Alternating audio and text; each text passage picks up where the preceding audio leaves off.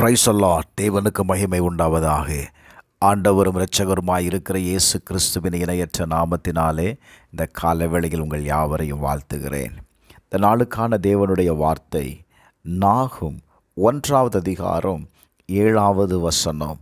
கர்த்தர் நல்லவர், இக்கட்டு நாளில் அரணான கோட்டை, தம்மை நம்புகிறவர்களை அறிந்திருக்கிறார். எனக்கு அன்பானவர்களே, அவர் சொல்லுகிறார் கர்த்தர் நல்லவர்.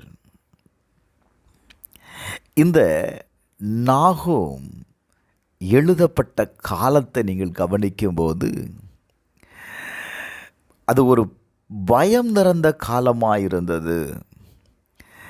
அசிரியர் மிகவும் கொடூரமாக இருந்தார்கள். தேவ ஜனங்கள் நெருக்கடியில் இருந்தார்கள்.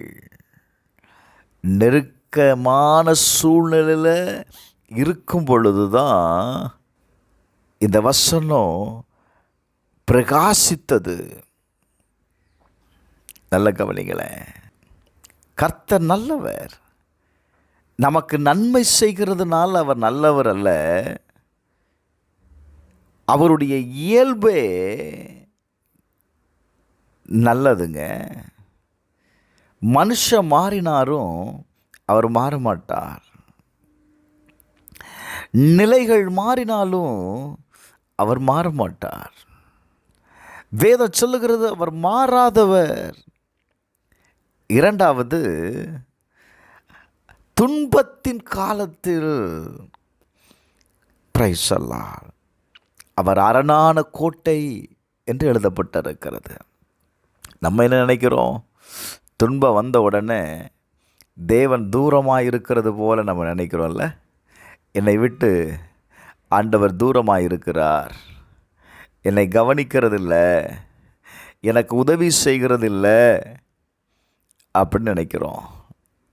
ஆனால் பாருங்கள், அந்த துன்பத்தின் நடுவில், வேதனையின் மத்தியில் நீங்கள் தேவனை நம்பும் பொழுது தேவன் உங்களை அறிகிறார், தேவன் உங்களை கவனிக்கிறார்.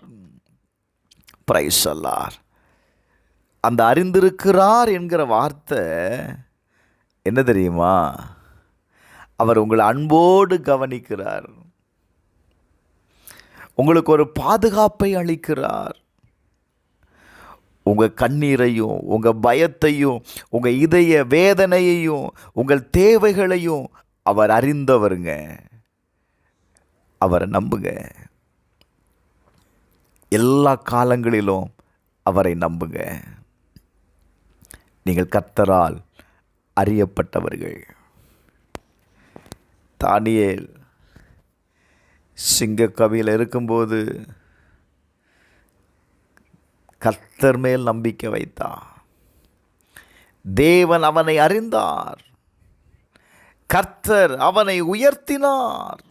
ஆகார் வனாந்தரத்தில் இருக்கும் பொழுது தனியாய் விட்டு போன நிலையிலேயும் அவர் என்னை காண்கிற தேவன் என அறிந்தாள். தேவன் அவளுக்கு அரணாக இருந்தார். புயலில் சிக்கி கொண்டிருந்த சீசர்கள் புயல் கொந்தளித்தாலும் இயேசு அவர்களுடன் இருந்தார்.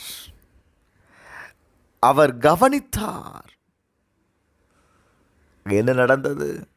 ஒரே ஒரு வார்த்தையினால புயலை அடக்கினார். நான் இப்படி சொல்லுவேன், உங்கள் நம்பிக்கை தேவன் மேலே இருக்குன்னா சிங்கங்களின் வாய்களை கட்டுவதற்கு தேவனால் கூடும்.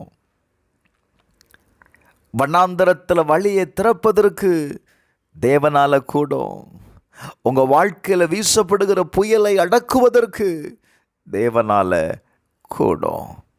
சுவாசிக்கிறீங்களா? கர்த்தர் மேல் நம்பிக்கை வைங்க.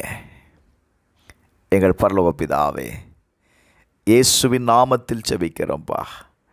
இந்த கால வேளையில் உம்மை நம்புகிறவர்களை நீர் அறிந்திருக்கிறீர். அவர்களுக்கு வேண்டிய பாதுகாப்பை கொடுக்கிறீர்.